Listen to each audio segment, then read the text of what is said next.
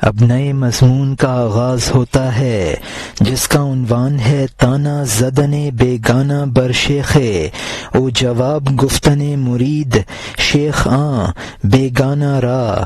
ایک اجنبی شخص کا ایک شیخ پر تانا زنی کرنا اور شیخ کے ایک مرید کا اس کو جواب دینا۔ ایک بے وقوف نے ایک شیخ پر تہمت رکھی کہ وہ برا ہے اور راہ ہدایت پر نہیں ہے، شرابی ہے اور مکار ہے اور خبیث ہے، تو مریدوں کا کیا دستگیر ہوگا؟ یہاں مترجم نے حاشیے میں لکھا ہے کہ اس حکایت کا خلاصہ یہ ہے کہ عارفین کاملین کی روح کسی معصیت کو قبول ہی نہیں کرتی ہے۔ معترض اس لیے بے وقوف تھا کہ وہ شیخ کے مقام فنا کو نہیں سمجھ سکا تھا۔ اور یہاں حاشیہ ختم ہوتا ہے۔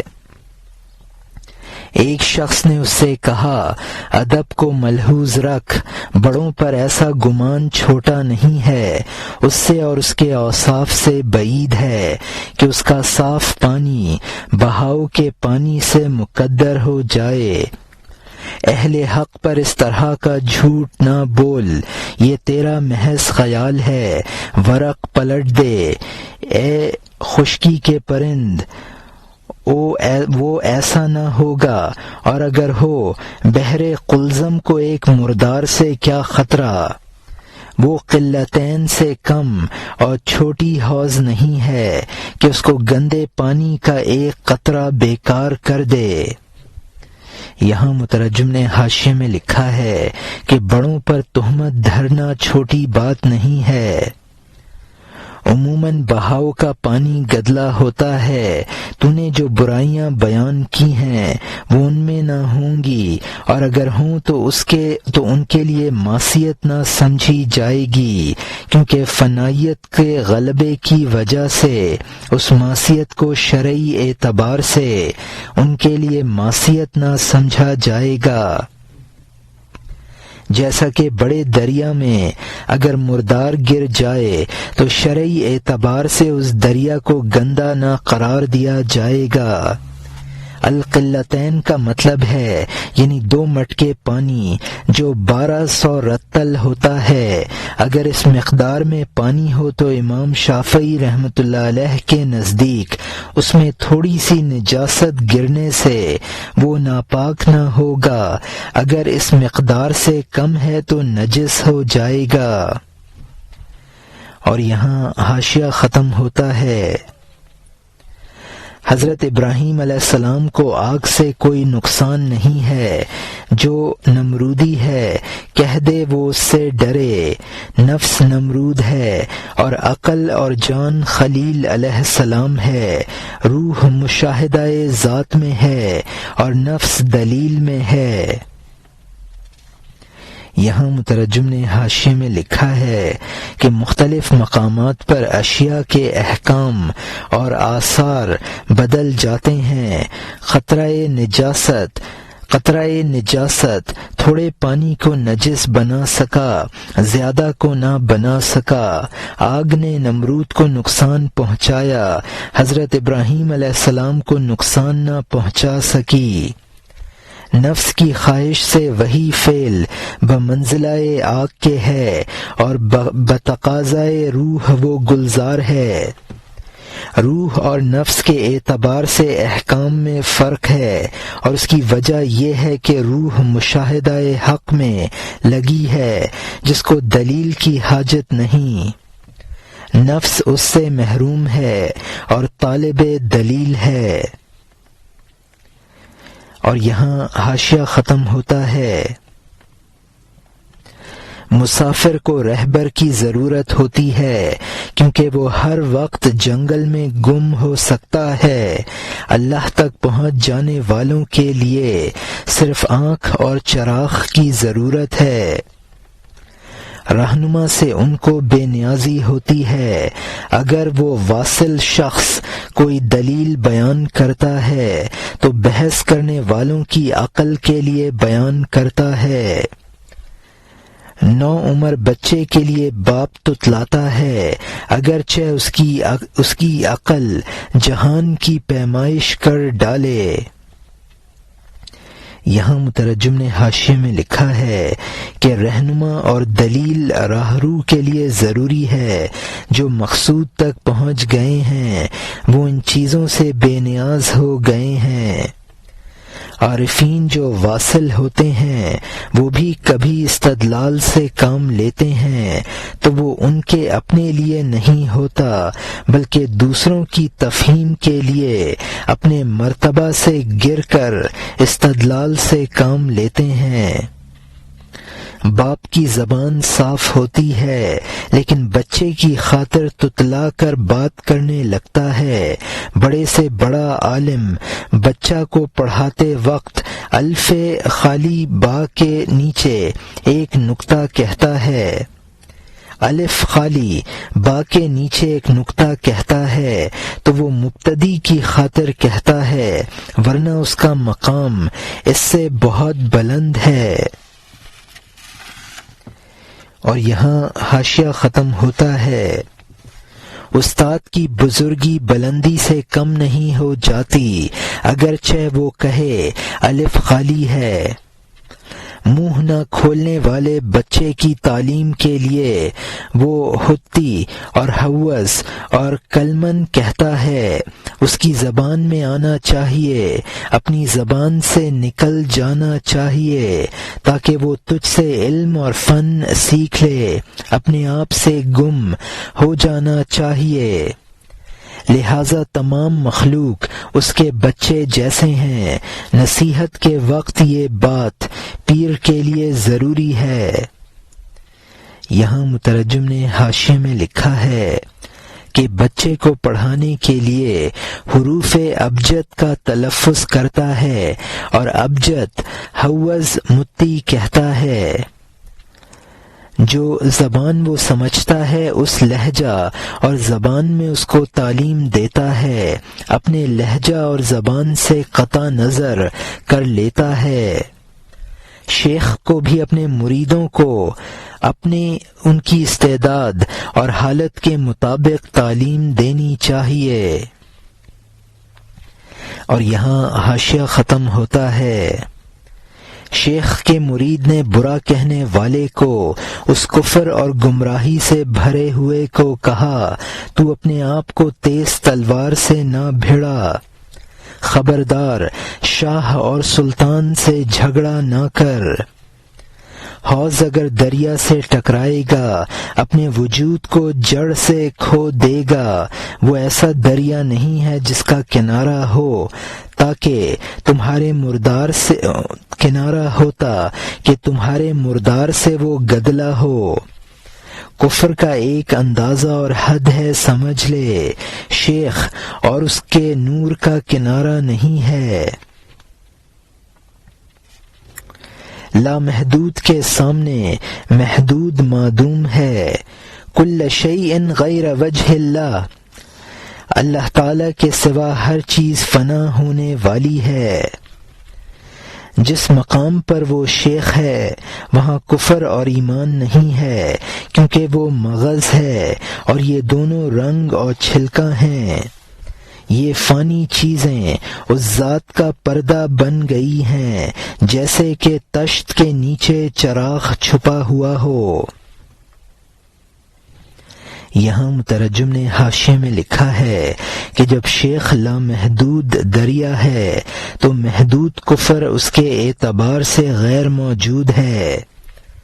خدا کے سوا سب کچھ فانی ہے۔ کفر و ایمان یہ دونوں بندوں کے فعل ہیں، اور مقام فنا میں پہنچ کر جب ذات باری سے وحدت ہو گئی تو اس مقام پر کفر و ایمان کی صفت نہیں بن سکتے۔ اس شعر کا یہ مطلب ہرگز نہیں کہا کہ اگر وہ کفر کرے تو کفر کفر نہیں ہے، بلکہ مطلب یہ ہے کہ وہ اس مقام پر کفر سے موصوف ہی نہیں ہو سکتا ہے۔ فانی چیزیں جو شیخ سے متعلق ہیں وہ اس کی حقیقت غیر فانی کے لیے پردہ ہیں، اس لیے عوام اس کو نہیں دیکھ پاتے ہیں۔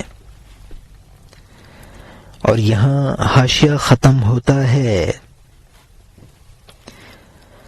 تو اس جسم کا سر اس سر کا پردہ ہے، اس سر کے آگے جسم کا یہ سر کافر ہے۔ کافر کون ہے؟ شیخ کے ایمان سے غافل۔ مردہ کون ہے؟ شیخ کی جان سے بے خبر۔ آزمائش میں علم حاصل نہ ہونے کے سوا کسی اور چیز سے جان ثابت نہیں ہوتی۔ جس کا علم بڑھا ہوا ہے اس کی جان بڑھی ہوئی ہے۔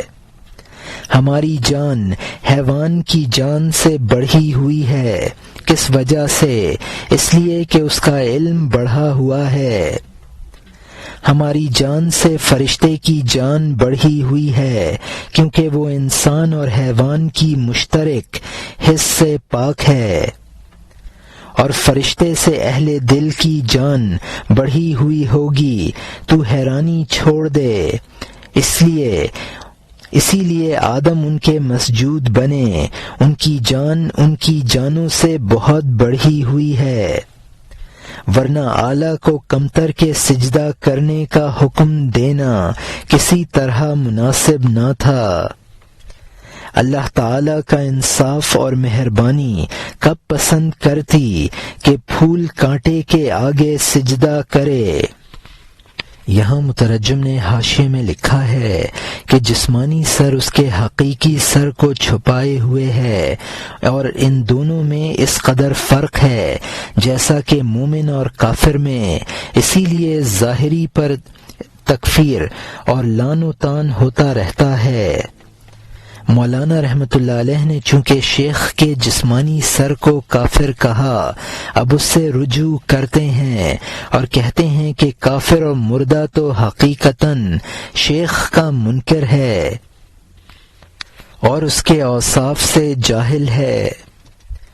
علم جان کے لوازم میں سے ہے، جبکہ وہ شیخ کے اوصاف سے جاہل ہے، تو بے جان اور مردہ ہے۔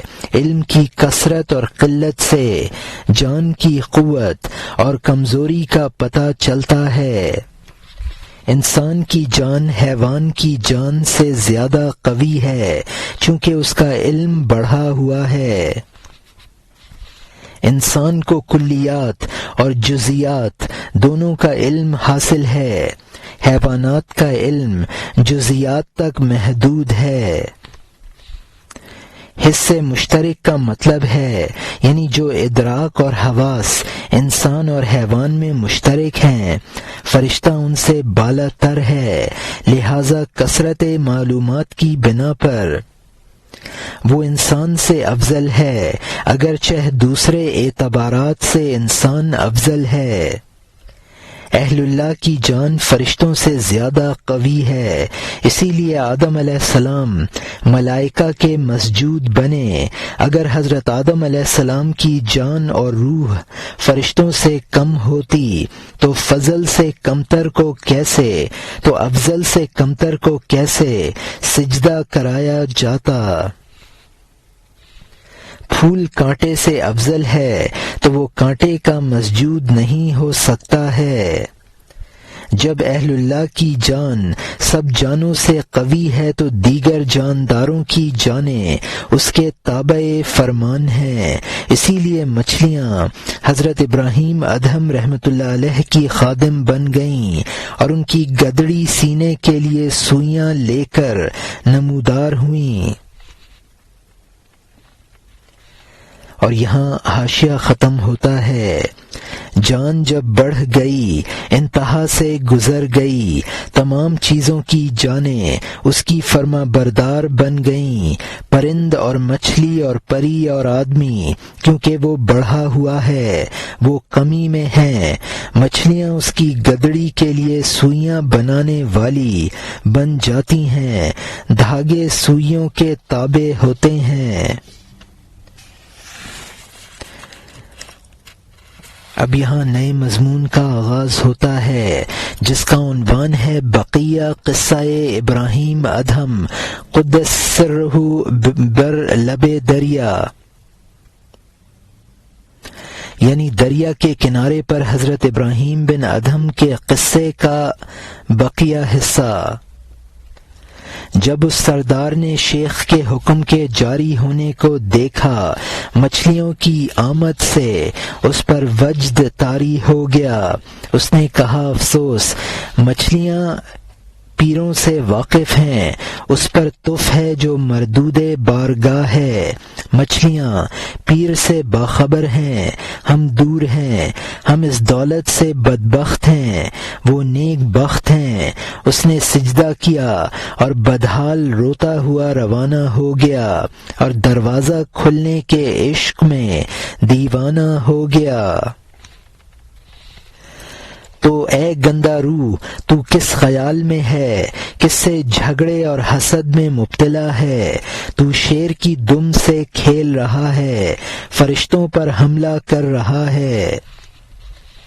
یہاں مترجم نے حاشیے میں لکھا ہے کہ جب اس امیر نے مچھلیوں کو حضرت ابراہیم رحمت اللہ علیہ کے تابع فرمان دیکھا اور دیکھا کہ ایک مچھلی ان کی سوئی لائی تو اس پر وجد کی کیفیت طاری ہو گئی۔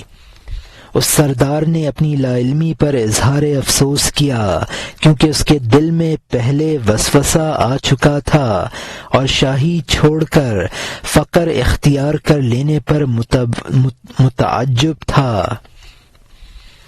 چونکہ اس پر اسرار کا دروازہ کھل گیا، اس کے عشق میں دیوانہ ہو گیا۔ اب پھر شیخ پر معترض کو خطاب ہے، شیر کی دم سے کھیلنے والا یقیناً مارا جائے گا۔ اور یہاں حاشیہ ختم ہوتا ہے، تو خالص خیر کو برا کیوں کہہ رہا ہے؟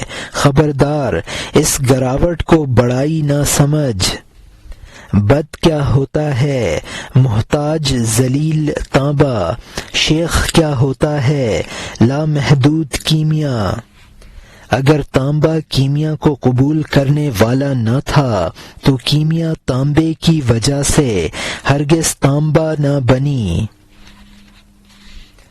یہاں مترجم نے حاشیے میں لکھا ہے کہ اس نے شیخ کو شرابی وغیرہ کہا تھا جو مجسم نیکی تھے، اپنے آپ کو بلند کرنے کو ترفع کہا ہے۔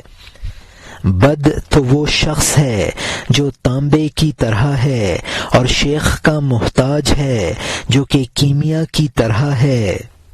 اگر کوئی مرید فیض نہ حاصل کرے تو اس سے شیخ میں کوئی نقصان نہیں پیدا ہوتا۔ تانبا اگر کیمیا کا اثر نہ قبول کرے تو کیمیا میں کوئی خرابی نہیں آتی۔ اور یہاں حاشیہ ختم ہوتا ہے، تو خالص خیر کو برا کیوں کہہ رہا ہے؟ خبردار، اس گراوٹ کو بڑائی نہ سمجھ۔ بد کیا ہوتا ہے؟ محتاج ذلیل تانبا۔ شیخ کیا ہوتا ہے؟ لامحدود کیمیا۔ اگر تانبا کیمیا کو قبول کرنے والا نہ تھا تو کیمیا تانبے کی وجہ سے ہرگز تانبا نہ بنی۔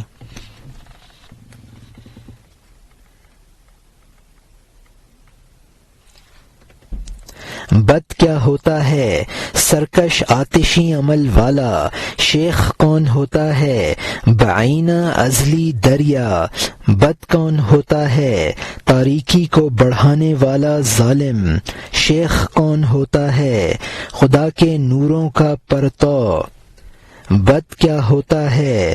دھوئیں اور سوزش سے بھری ہوئی آگ۔ شیخ ساون میں آب کوثر ہے۔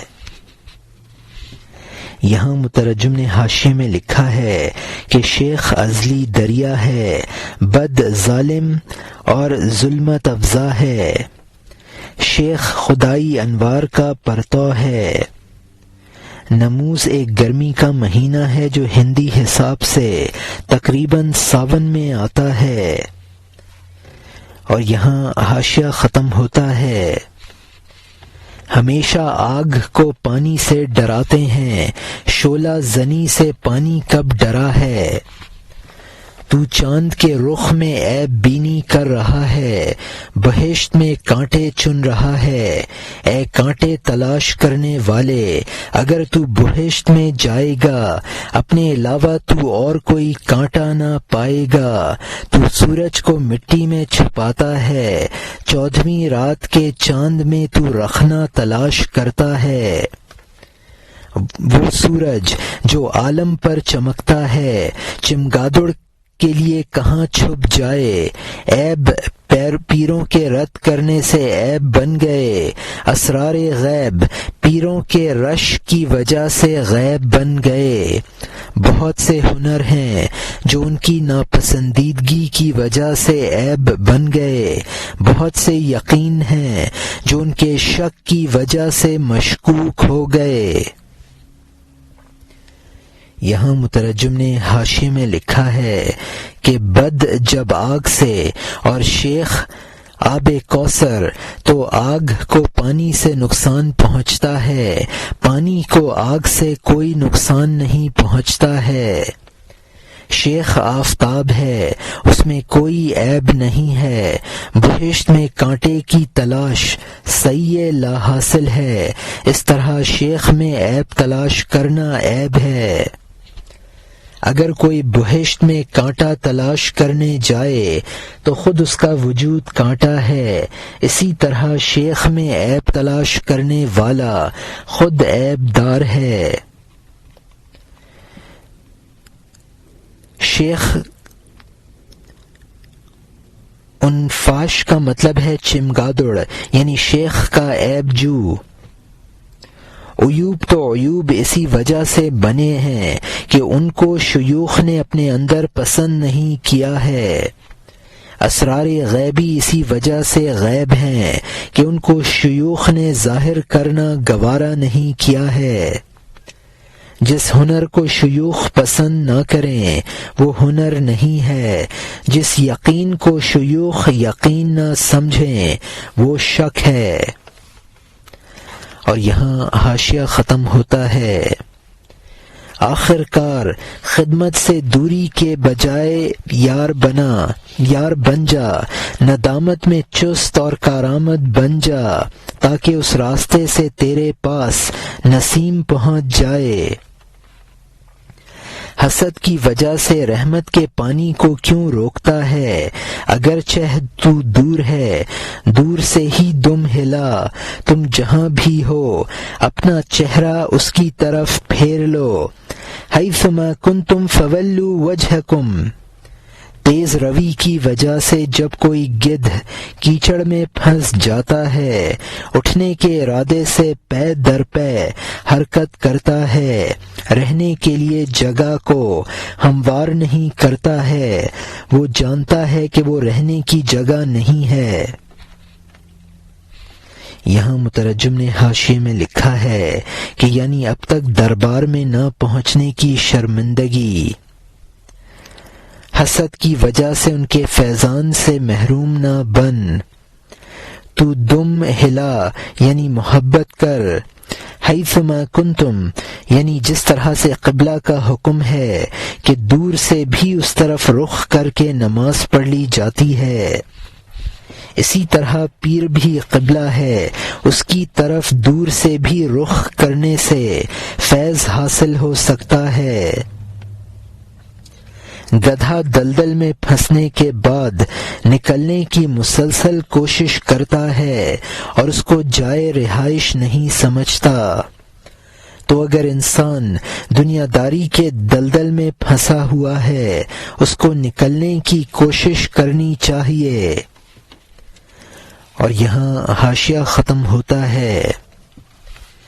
تیری حس گدھے کی حس سے بھی کم ہے کہ تیرا دل ان کیچڑوں سے باہر نہ نکلا، تو کیچڑ میں پڑے رہنے کی اجازت کی تلاش کرتا ہے، چونکہ نہیں چاہتا کہ اس سے دل ہٹائے کہ میرے لیے یہ جائز ہے، میں مجبور ہوں۔ اللہ تعالیٰ اپنے کرم سے مجبور کی گرفت نہیں کرتا ہے۔ یہاں مترجم نے حاشیے میں لکھا ہے کہ بد عمل اگر بد عمالی سے نجات پانے کی کوشش نہ کرے تو گدھے سے بدتر ہے۔ اعمال اور کوتاہ عمل اپنی مجبوری کا اظہار کر کے اپنے آپ کو مستر قرار دیتے ہیں اور کہنے لگتے ہیں کہ مجبور کو خدا معذور سمجھتا ہے۔ یہ ان کا نہایت غلط خیال ہے۔ اور یہاں حاشیہ ختم ہوتا ہے، اے بدکاری میں مبتلا تو بجو کی طرح ہے، دھوکے کی وجہ سے تو گرفتار ہونے کو نہیں دیکھتا ہے۔ شکاری کہتے ہیں بجو اندر نہیں ہے، باہر تلاش کرو کیونکہ غار میں نہیں ہے۔ اے ابا، بجو بھٹ میں نہیں ہے، وہ گھاٹ کی جانب دوڑ گیا ہے۔ یہ کہتے ہیں اور اس کو پھانس لیتے ہیں۔ وہ یہی کہتا ہے کہ مجھ سے کہاں واقف ہیں۔ اگر یہ دشمن مجھ سے آگاہ ہوتے تو یہ کب کہتے کہ یہ بجو کہاں ہے، تاکہ باندھ لیں اور اس کو باہر نکال لیں۔ بجو اس مذاق سے غافل ہے۔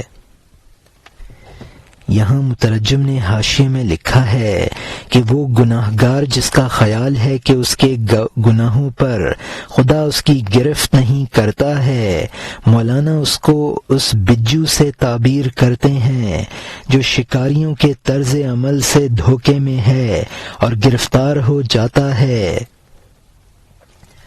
مشہور ہے کہ شکاری بجو کے بھٹ پر کھڑے ہو کر آپس میں ایسی باتیں کرتے ہیں جس سے یہ ظاہر ہو کہ وہ بجو کو بھٹ سے باہر سمجھ رہے ہیں، اور دراصل بجو کو دھوکہ دینے کے لیے ایسی گفتگو کرتے ہیں۔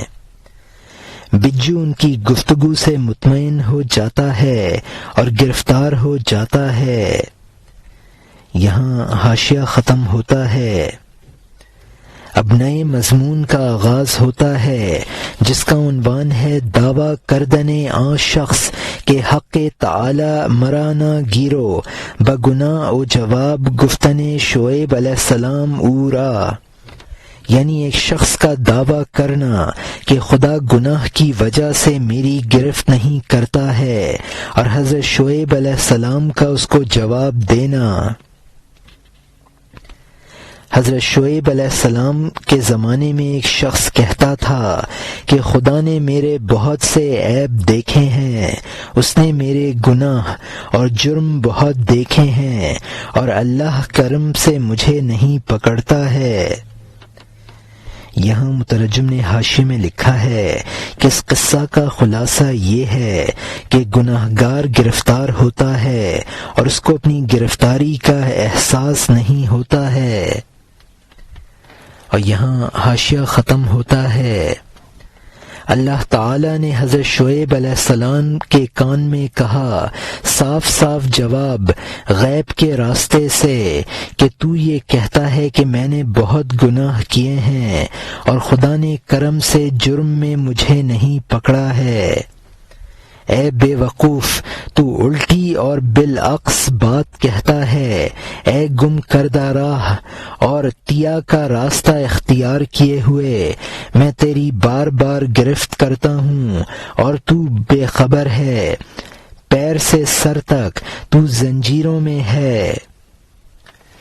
یہاں مترجم نے حاشیے میں لکھا ہے کہ اللہ تعالی نے بطور وحی اس کا جواب حضرت شعیب علیہ السلام سے فرمایا، یعنی تو واقعہ کے خلاف کہتا ہے، گرفتار ہے اور کہتا ہے کہ خدا میری گرفت نہیں کرتا ہے۔ تیا وہ جنگل تھا جس میں بنی اسرائیل نے راستہ گم کر دیا تھا اور 40 برس اس میں چکر کاٹتے رہے، یعنی گمراہی میں رہے۔ اور یہاں حاشیہ ختم ہوتا ہے۔ اے کالی دیگ، تیرے تہ بتہ زنگ نے تیرے باطن کی خصوصیتوں کو تباہ کر دیا ہے۔ تیرے دل پر زنگوں پر زنگ جمع ہو گیا، یہاں تک کہ وہ اسرار سے اندھا ہو گیا۔ اگر نئی دیگ پر دھواں لگے وہ اثر دکھاتا ہے، خواہ جو کے برابر ہو، کیونکہ ہر چیز بالمقابل سے ظاہر ہوتی ہے۔ سفیدی پر سیاہ بدنام ہوتا ہے۔ جب دیگ کالی ہو گئی تو دھوئیں کی تاثیر، اے سرکش اس کے بعد اس پر کون دیکھتا ہے؟ یہاں مترجم نے حاشیے میں لکھا ہے کہ مسلسل گناہ کرنے والے کو اپنے گناہ کے اثر کا اور اس پر گرفت کا احساس نہیں رہتا۔ اس کو چند مثالوں سے سمجھایا ہے۔ نئی دیگ پر دھوئیں کا اثر نمایاں ہوتا ہے، جس پر تہ بتہ دھواں جم چکا ہو وہاں اثر نمودار نہیں ہوتا۔ اور یہاں حاشیہ ختم ہوتا ہے۔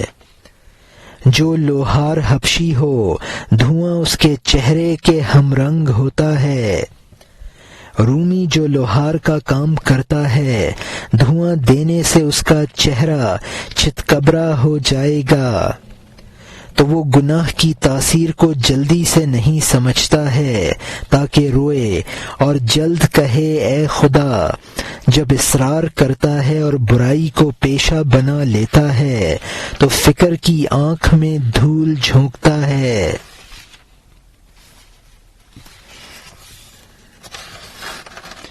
یہاں مترجم نے حاشیے میں لکھا ہے کہ اگر حبشی لوہار ہو تو اس کے چہرے کا رنگ خود کالا ہے، دھوئیں کا اثر نمودار نہ ہوگا۔ رومی چونکہ گورا ہوتا ہے اس کے چہرے پر دھوئیں کے دھبے نمودار ہوں گے۔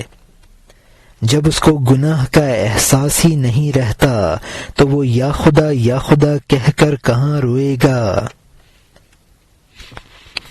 تو اس کو گناہ نظر نہیں آتا۔ اور یہاں حاشیہ ختم ہوتا ہے۔ توبہ کی فکر نہیں کرتا ہے، پھر میٹھا بن جاتا ہے اس کے دل پر وہ گناہ، یہاں تک کہ وہ بے دین بن جاتا ہے۔ اس سے وہ شرمندگی اور یارب کہنا جاتا رہا۔ 60 تہ کا زنگ آئینے پر بیٹھ گیا، اس کے لوہے کو زنگوں نے کھانا شروع کر دیا، اس کے جوہر کا رنگ کم کرنا شروع کر دیا۔ جب تو سفید کاغذ پر لکھے وہ لکھا ہوا پڑھنے کے قابل نظر آتا ہے۔ یہاں مترجم نے حاشیے میں لکھا ہے کہ جب گناہ کے بارے میں گناہ کا تصور نہیں رہتا تو توبہ بھی نہیں کرتا ہے اور دین سے خارج ہو جاتا ہے۔ دل کے لوہے کو گناہوں کا زنگ کھانا شروع کر دیتا ہے اور دل کا گوہر بدرنگ ہو جاتا ہے۔ سفید کاغذ پر لکھو گے تو کتابت نظر نہ آئے گی، لکھے پر لکھو گے تو کتابت کا اثر نہ معلوم ہوگا۔ یہی حال گناہ کا ہے۔ انسان شروع میں گناہ کرتا ہے تو گناہ کا اثر محسوس کرتا ہے، بار بار گناہ کرتا ہے تو اس کا اثر نظر سے غائب ہو جاتا ہے۔ اور یہاں حاشیہ ختم ہوتا ہے۔ جب حضرت شعیب علیہ السلام نے یہ نکتے اس سے کہے، اس روحانی پھونک سے اس کے دل میں پھول کھلا، اس کی جان نے آسمانی وحی سنی، بولا اگر اس نے ہمیں پکڑا ہے تو کیا علامت ہے؟ یعنی حضرت شعیب علیہ السلام نے کہا اے خدا وہ مجھ پر اعتراض کرتا ہے، اس گرفت کی ساتھ چاہتا ہے۔ اللہ نے فرمایا میں پردہ پوش ہوں، اس کے راز میں نہیں بتاتا ہوں سوائے ایک اشارے کے، اس کی آزمائش کے لیے۔ یہاں مترجم نے حاشیے میں لکھا ہے کہ حضرت شعیب علیہ السلام پر جو وحی نازل ہوتی وہ اس گناہ گار نے سنی تو اس کے دل میں کچھ روشنی پیدا ہوئی، لیکن پھر بھی گناہ پر خدا کی گرفت کی نشانی مانگنے لگا۔ اور یہاں حاشیہ ختم ہوتا ہے، اس کی ملامت کہ میں اس کو پکڑتا ہوں، ایک یہ ہے کہ وہ روزے اور نماز کی عبادت کرتا ہے اور نماز اور زکوٰۃ وغیرہ کی، لیکن روح کے ذوق کا ایک ذرہ نہیں رکھتا ہے۔ وہ عبادات اور اعلیٰ اعمال کرتا ہے لیکن ایک ذرہ لطف نہیں پاتا ہے۔ اس کی ظاہری عبادت اچھی ہے اور روح کی عبادت اچھی نہیں ہے۔ اخروٹ بہت ہیں، ان میں گری نہیں ہے۔ یہاں مترجم نے حاشیے میں لکھا ہے کہ گناہ پر گرفت کی ایک معمولی نشانی یہ ہے کہ گناہ گار ہر طرح کی عبادت کرتا ہے لیکن ذوق اور لطف عبادت سے محروم رہتا ہے۔ ظاہری عبادات تو ٹھیک ہیں لیکن وہ اس کو مغز اور روح سے محروم ہے، اور اس کی عبادت ایسی ہے جیسے بے گری کا اخروٹ۔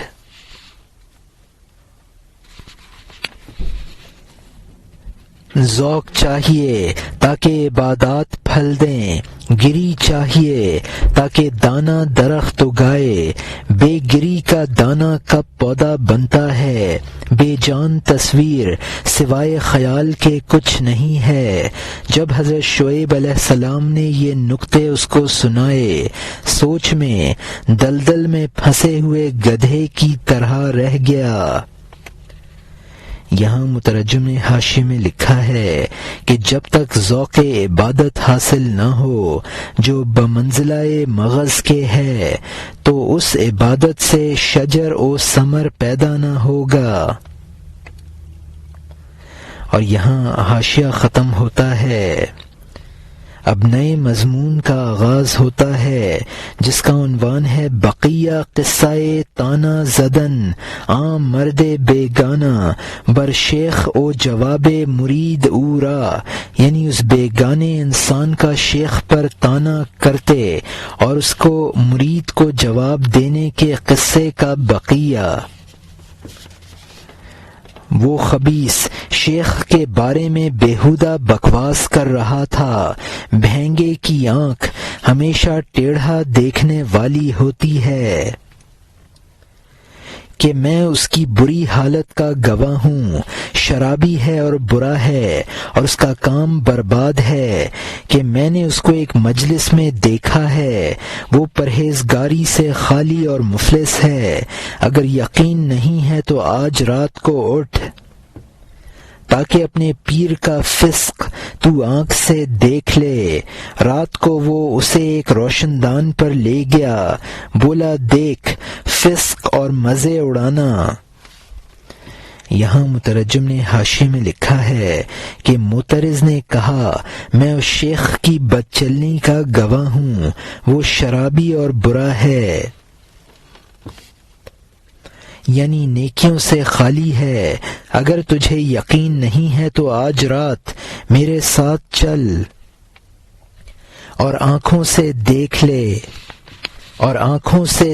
لے، یعنی اس مجلس کے ایک روشن دان کے پاس جہاں شیخ شراب کی مجلس میں تھا۔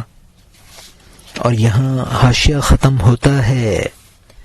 دیکھ ان کا وہ مکر اور رات کا فسق، دن میں مصطفیٰ صلی اللہ علیہ وسلم کی طرح، رات میں ابو لہب، دن میں ان کا نام اللہ کا خاص بندہ تھا، رات کو نعوذ باللہ، اور ہاتھ میں شراب کا جام۔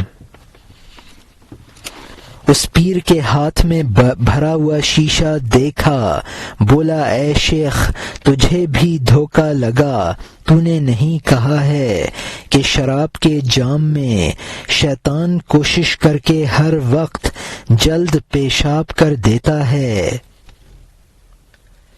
یہاں مترجم نے حاشیے میں لکھا ہے کہ اس شخص نے کہا کہ دن میں مکاری سے بزرگ بنا رہتا ہے، یعنی رات کو فسق و فجور کرنا، یعنی دن میں سنت نبوی پر عمل ہے اور شب کو بو لہبی میں مبتلا ہے۔ نعوذ باللہ کا مطلب ہے یعنی اللہ جس سے ہم پناہ چاہتے ہیں۔ تو نے خود کہا تھا کہ شراب کے جام میں شیطان پیشاب کر دیتا ہے، اور یہاں حاشیہ ختم ہوتا ہے۔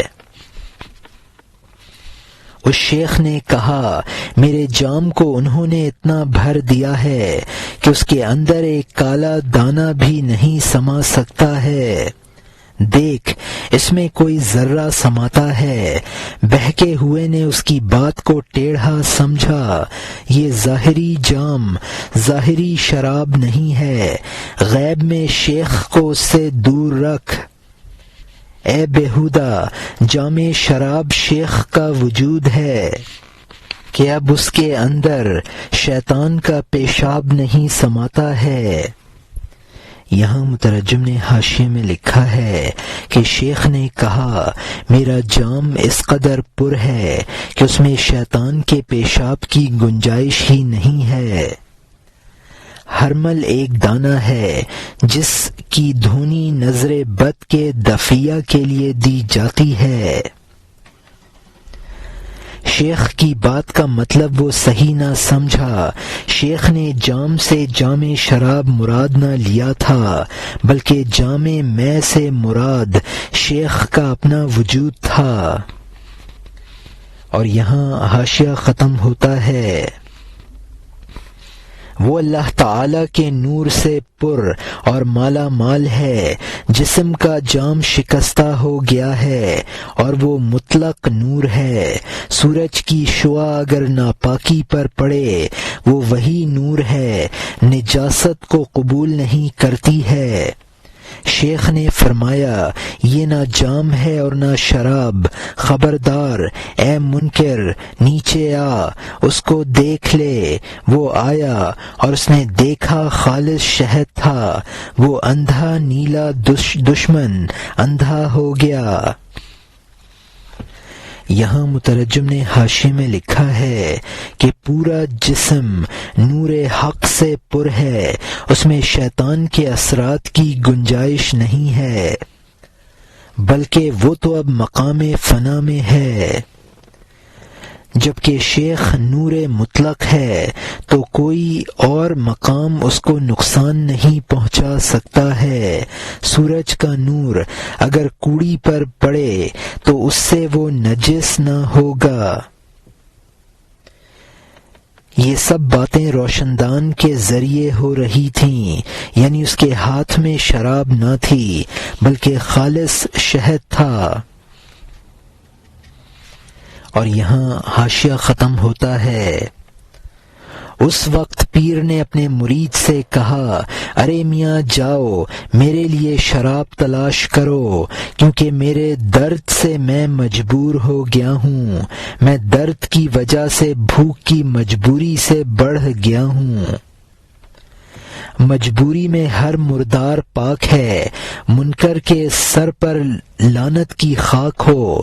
وہ مرید شراب خانہ کی جانب گیا، اس نے شیخ کے لیے ہر مٹکے میں سے شراب چکھی، اس نے تمام شراب خانوں میں شراب نہ دیکھی، شراب کے مٹکے شہد سے بھر گئے تھے۔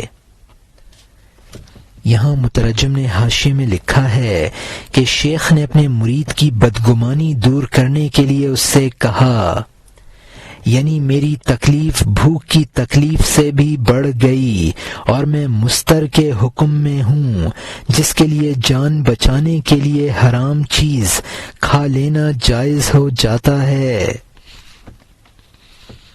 قرآن پاک میں ہے فمن اضطر فی مخمصۃ غیر متجانف لإثم فإن اللہ غفور رحیم، یعنی جو بھوک کی وجہ سے مجبور ہو جائے اور گناہ کی طرف اس کا جھکاؤ نہ ہو اور وہ حرام کھا لے تو اللہ غفور و رحیم ہے۔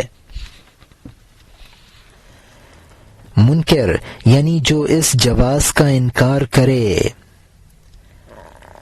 ہر مٹکا بجائے شراب کے شہد سے بھرا ہوا تھا۔ جب اس معترض نے شراب خانوں میں جا کر شراب کو تلاش کیا، اور یہاں حاشیہ ختم ہوتا ہے۔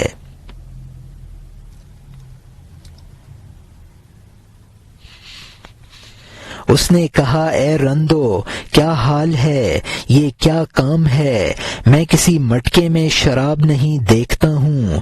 سب رند اس شیخ کے پاس آئے، روتے ہوئے سروں کو پیٹتے تھے کہ اے بزرگ شیخ، آپ شراب خانہ میں آئے، آپ کی تشریف آوری سے تمام شرابیں شہد بن گئیں، آپ نے شراب کو ناپاکی سے تبدیل کر دیا، ہماری جان کو بھی ناپاکی سے تبدیل کر دیجئے۔ اگر عالم خون سے لبریز ہو جائے، اللہ کا مخلص بندہ سوائے حلال کے کب کھاتا ہے؟ گر شود عالم پرس خوں بال بال، کہ خورد بندہ خدا الا حلال۔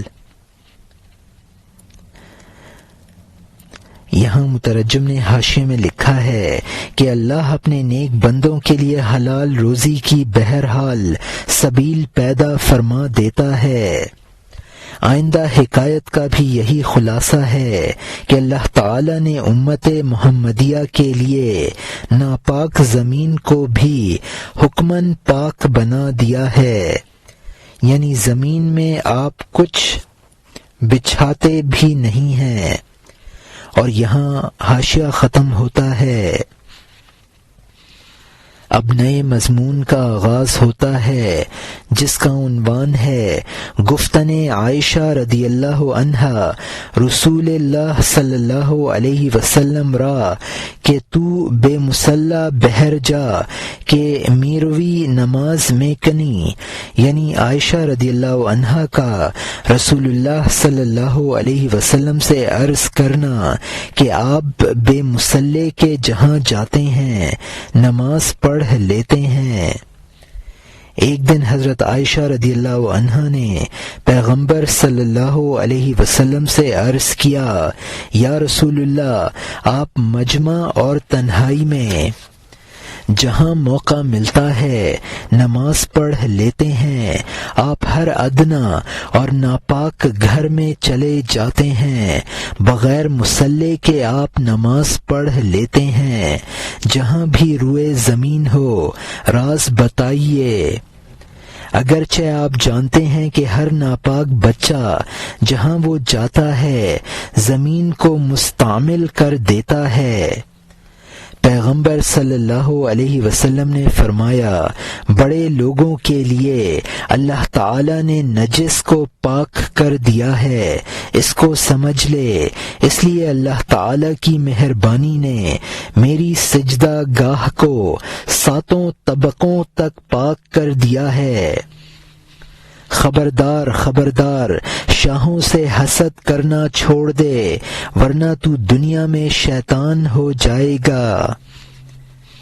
یہاں مترجم نے حاشیے میں لکھا ہے کہ ادنا کا مطلب ہے کمتر درجہ کا۔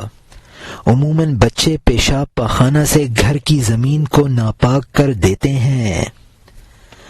حضور صلی اللہ علیہ وسلم نے ارشاد فرمایا، ساری زمین میرے لیے سجدہ گاہ اور باعث پاکی بنا دی گئی ہے، یعنی میں ہر جگہ نماز پڑھ سکتا ہوں۔ دیگر امتوں کو حکم تھا کہ وہ صرف عبادت خانوں میں عبادت کریں اور پانی نہ ہونے کی صورت میں زمین سے تیمم کر لینا تیرے لیے پاکی ہے۔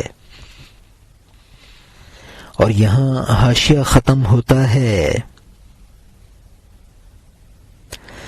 کیونکہ وہ اگر زہر کھا لے تو شہد بن جائے گا، تو اگر زہر کھائے زہر ہوگا، کیونکہ وہ بدل گیا اور اس کا کام بدل گیا، وہ محبت بن گیا، اس کی آگ نور بن گئی ہے۔ ابابیل میں اللہ کی طاقت تھی، ورنہ ایک پرندہ ہاتھی کو کیسے مار سکتا ہے؟ بڑے لشکر کو چھوٹے پرندے نے شکست دے دی تاکہ تو سمجھ جائے کہ وہ سختی اللہ کی طرف سے تھی۔ یہاں مترجم نے حاشیے میں لکھا ہے کہ خدا کا خاص بندہ اگر زہر بھی کھائے تو خدا اس کی تاثیر بدل دیتا ہے، اور وہ اولئک یبدل اللہ سیئاتہم حسنا کا مصداق ہوتا ہے۔ ایک گناہ گار کا نماز روزہ بھی مردود ہو جاتا ہے۔ اللہ تعالیٰ اپنی مخلوق میں اپنی صفت کا پرتو ڈال دیتا ہے، ورنہ ابابیل جیسا پرندہ ابرہہ کے ہاتھیوں کو کیسے شکست دے دیتا۔ اور یہاں مترجم کا حاشیہ ختم ہوتا ہے۔ بڑے لشکر کو چھوٹے پرندہ نے شکست دے دی تاکہ تو سمجھ جائے کہ وہ سختی اللہ کی طرف سے تھی۔ اگر تجھے اس سلسلے میں شک ہو، جا تو اصحاب فیل کی صورت پڑھ لے۔ اگر تو اس سے جھگڑا اور برابری کرے گا، مجھے کافر سمجھ، اگر تو ان سے جیت جائے۔ یہاں مترجم نے حاشیے میں لکھا ہے کہ سورہ فیل میں ابابیلوں کے ذریعے ابرہہ کے ہاتھیوں کی ہلاکت کا ذکر ہے۔ بڑوں سے جھگڑا اور ہمسری کا دعویٰ کرنا ہلاکت کا سبب ہے۔ اور یہاں حاشیہ ختم ہوتا ہے۔ اب نئے مضمون کا آغاز ہوتا ہے جس کا عنوان ہے کشیدن موش مہار اشترے را او معجب شدن موش در خود، یعنی چوہے کا اونٹ کی مہار کو کھینچنا اور چوہے کا گھمنڈ میں آ جانا۔ یہاں مترجم نے حاشیے میں لکھا ہے کہ اس قصہ کا خلاصہ یہ ہے کہ چوہے نے اپنے سے بڑے اونٹ سے ہمسری کی اور شرمندہ ہوا۔ معجب کا مطلب ہے متکبر، اور یہاں حاشیہ ختم ہوتا ہے۔ ایک حقیر چوہے نے ایک اونٹ کی مہار ہاتھ میں لے لی اور اکڑتا ہوا روانہ ہوا۔ جب اونٹ تیزی سے اس کے ساتھ چلا، چوہے کو گھمنڈ ہو گیا کہ میں پہلوان ہوں۔ اس کے خیال کا عکس اونٹ پر پڑا۔ اس نے کہا تو خوش ہو لے، میں تجھے دکھاؤں گا، یہاں تک کہ وہ بڑی نہر کے کنارے پر پہنچا جس میں بڑا ہاتھی بھی عاجز آ جائے۔ چوہا وہاں کھڑا ہو گیا اور خشک ہو گیا۔ اونٹ بولا، اے پہاڑ اور جنگل کے ساتھی، یہ ٹھہراؤ کیسا ہے؟ حیرانی کیوں ہے؟ بہادری سے قدم بڑھا، نہر میں آ جا۔ یہاں مترجم نے حاشیے میں لکھا ہے، یعنی مجھ میں اتنی طاقت ہے کہ اونٹ کو قابو میں کر رکھا ہے۔ یہ چوہے نے سوچا، یعنی اونٹ کی ہمسری کا خیال تھا۔ ایسی نہر آ گئی جس میں ہاتھی بھی نہ ٹھہر سکے۔ اور یہاں حاشیہ ختم ہوتا ہے۔ چوہا وہاں کھڑا ہو گیا اور خشک ہو گیا۔ اونٹ بولا، اے پہاڑ اور جنگل کے ساتھی، یہ ٹھہراؤ کیسا ہے؟ حیرانی کیوں ہے؟ بہادری سے قدم بڑھا، نہر میں آ جا۔ تو میرا رہبر اور پیش رو ہے، راستے میں نہ رک اور چپ نہ ہو۔ چوہا بولا، یہ نہر خوفناک اور گہری ہے، اے ساتھی، میں ڈوبنے سے ڈر رہا ہوں۔ اونٹ نے کہا، ٹھہر تاکہ میں پانی کا اندازہ لگا لوں۔ اونٹ نے فوراً پاؤں اندر رکھ دیا۔ اونٹ بولا، اے اندھے چوہے، پانی ران تک ہے، تو کیوں حیران ہو گیا اور ہوش کھو بیٹھا؟ چوہے نے کہا تیرے لیے چونٹی ہے، ہمارے لیے اژدہا ہے، اس لیے کہ ران اور ران میں بڑا فرق ہے۔ اے ہنرمند، اگر تیری ران تک ہے تو میرے سر کی چندیا سے 100 گز اونچا ہے۔ اونٹ بولا پھر گستاخی نہ کرنا، کہیں اس چنگاری سے تیرا جسم اور جان نہ جل جائے۔ یہاں مترجم نے حاشیے میں لکھا ہے کہ چوہے نے کہا کہ تیرے نزدیک معمولی اور چھوٹی چیز میرے لیے خطرناک اور بری ہے، تیرے زانو اور میرے زانو میں بہت فرق ہے۔ سر کا وہ اگلا حصہ جس پر مانگ نکالی جاتی ہے اس کو فرق سر کہا ہے۔ گستاخی سے یہاں مراد ہمسری کا دعویٰ ہے، اور یہاں حاشیہ ختم ہوتا ہے۔ تو اپنے جیسے چوہوں سے مقابلہ کر، چوہے کے لیے اونٹ سے بات مناسب نہیں ہے۔ اس چوہے نے کہا میں نے توبہ کی خدا کے لیے، اس مہلک پانی سے مجھے پار کر دے۔ اونٹ کو رحم آ گیا، بولا ہاں کود اور میرے پالان پر بیٹھ جا، میرا پار کرنا یقینی ہے، تجھ جیسے لاکھوں کو پار کر دوں گا۔ جب تو پیغمبر نہیں ہے تو راستہ طے کر تاکہ کسی دن کنویں سے نکل کر رتبے پر پہنچ جائے۔ تو رعیت بن جا جبکہ تو بادشاہ نہیں ہے، گہرائی میں کشتی نہ چلا چونکہ تو ملاح نہیں ہے۔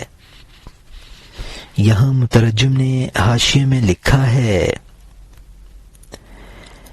کہ جب انسان میں صلاحیت نہ ہو تو صلاحیت پیدا کرنے کی کوشش کرنی چاہیے۔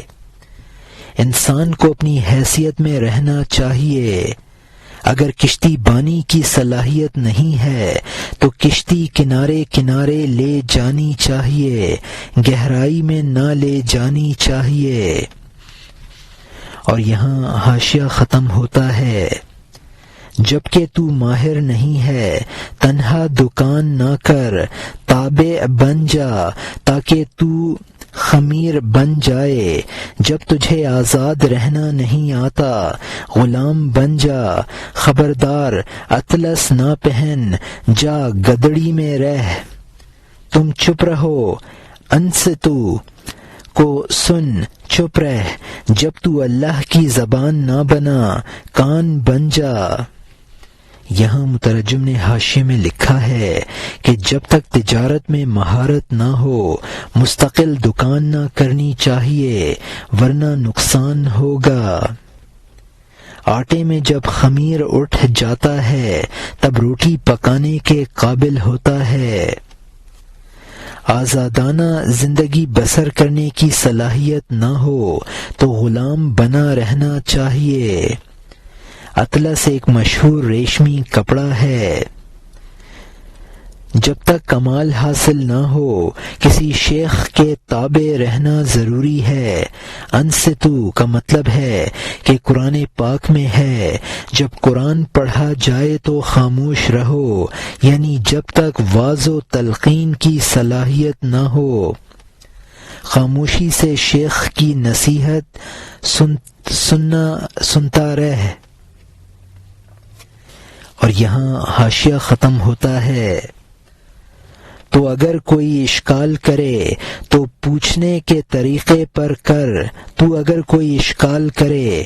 پوچھنے کے طریقے پر کر، شہنشاہوں سے مسکین کی طرح بات کر۔ تکبر اور کینہ کی ابتدا خواہش نفسانی سے ہے۔ خواہش نفسانی تیری تبری کا جماؤ عادت کی وجہ سے ہے۔ خواہش نفسانی تیری کا جماؤ عادت کی وجہ سے ہے۔ جب عادت کی وجہ سے جو بری عادت پختہ ہو جائے تجھے اس پر غصہ آتا ہے جو تجھے ہٹائے۔ یہاں مترجم نے حاشیے میں لکھا ہے کہ اگر کوئی اشکال پیش آئے تو معترضانہ سوال نہ کر بلکہ تعلیم حاصل کرنے کے طور پر دریافت کر لے۔ انسان بزرگوں سے ہمسری تکبر کی وجہ سے کرتا ہے۔ یہ اور اس قسم کی برائیاں نفس کے تقاضے سے پیدا ہوتی ہیں، اور جب انسان ان برائیوں کو بار بار کرتا ہے تو نفس کی اس خواہش میں جماؤ پیدا ہو جاتا ہے۔ اب اگر کوئی اس برائی سے روکے تو غصہ آتا ہے، اور یہاں حاشیہ ختم ہوتا ہے۔ چونکہ تو مٹی کھانے والا بن گیا ہے، جو بھی تجھے مٹی سے ہٹاتا ہے دشمن ہوگا۔ بت پرست چونکہ بتوں کی عادت ڈال لیتے ہیں، اپنی راہ سے ہٹانے والوں کے دشمن ہیں۔ چونکہ شیطان سرداری کا عادی ہو گیا تھا، گدھے پن سے اس نے آدم کو حقارت سے دیکھا۔ مجھ سے بہتر کوئی دوسرا سردار ہوگا تاکہ وہ مجھ جیسے کا مسجود بنے۔ اس روح کے سوا کے لیے سرداری زہر ہے جو شروع سے لان یعنی پہاڑ کا تریاق ہو۔ پہاڑ اگر سانپوں سے بھرا ہو پرواہ نہ کر، کیونکہ اس میں تریاق زار ہوتا ہے۔ سرداری جب تیرے دماغ کے ساتھی بن گئی، جو تجھے شکست دے تیرا دشمن ہوگا۔ یہاں مترجم نے حاشیے میں لکھا ہے کہ شیطان کو سرداری کی عادت پڑ گئی تھی، اس لیے حضرت آدم علیہ السلام کو سجدہ نہ کیا۔ حب جاہ نفس کا بہت بڑا رذیلہ ہے۔ لان پہاڑ کا تریاق جو زہر کے ازالے میں بہت زود اثر ہوتا ہے۔ اولیاء اللہ کے پاس تریاق ہے، لہذا جاہ اور رتبے کا سانپ ان پر اثر نہیں کرتا ہے۔ اور یہاں حاشیہ ختم ہوتا ہے۔ جب کوئی تیری عادت کے خلاف بولے، تجھ میں اس سے بہت سے کینے پیدا ہوں گے کہ وہ مجھے میری خصلت سے جدا کرتا ہے، اپنے آپ کو میرے اوپر امیر اور سردار بناتا ہے۔ یہاں مترجم نے حاشیے میں لکھا ہے کہ جب کوئی کسی عادت کے خلاف اس کو نصیحت کرتا ہے تو وہ سمجھتا ہے کہ نصیحت کرنے والا اپنی بڑائی اور سرداری جتاتا ہے۔ اور یہاں حاشیہ ختم ہوتا ہے۔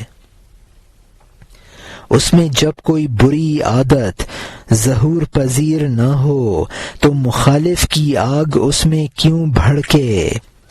جب اس میں بری عادت مستحکم نہ ہوئی ہو تو اختلاف میں آگ کی بھٹی کیوں ہو؟ وہ مخالف کی بھی خاطر تواضع کرتا ہے، اس کے دل میں اپنی جگہ کر لیتا ہے، کیونکہ تیری عادت بڑی مضبوط ہو گئی ہے۔ نفسانی خواہش کی چونٹی عادت کی وجہ سے سانپ ہو گئی ہے۔ یہاں مترجم نے حاشیے میں لکھا ہے کہ اگر انسان میں بری عادت نہیں ہوتی ہے تو نصیحت سے اس کو ناگواری نہیں ہوتی ہے۔ غصے کی وجہ یہی ہے کہ تیری بری عادت مستحکم ہو گئی ہے۔ اور یہاں حاشیہ ختم ہوتا ہے۔ نفسانی خواہش کے سانپ کو ابتدا ہی میں مار ڈال، ورنہ تیرا یہ سانپ اژدہا بن جائے گا۔ لیکن ہر شخص اپنے سانپ کو چونٹی سمجھتا ہے۔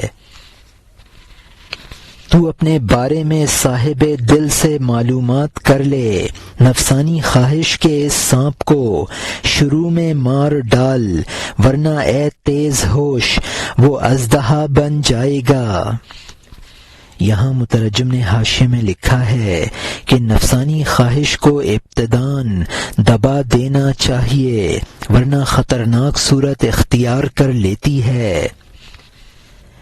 عیب دار اپنے عیب کو معمولی سمجھتا ہے، کسی شیخ سے اس رذیلہ کا انجام دریافت کر لے۔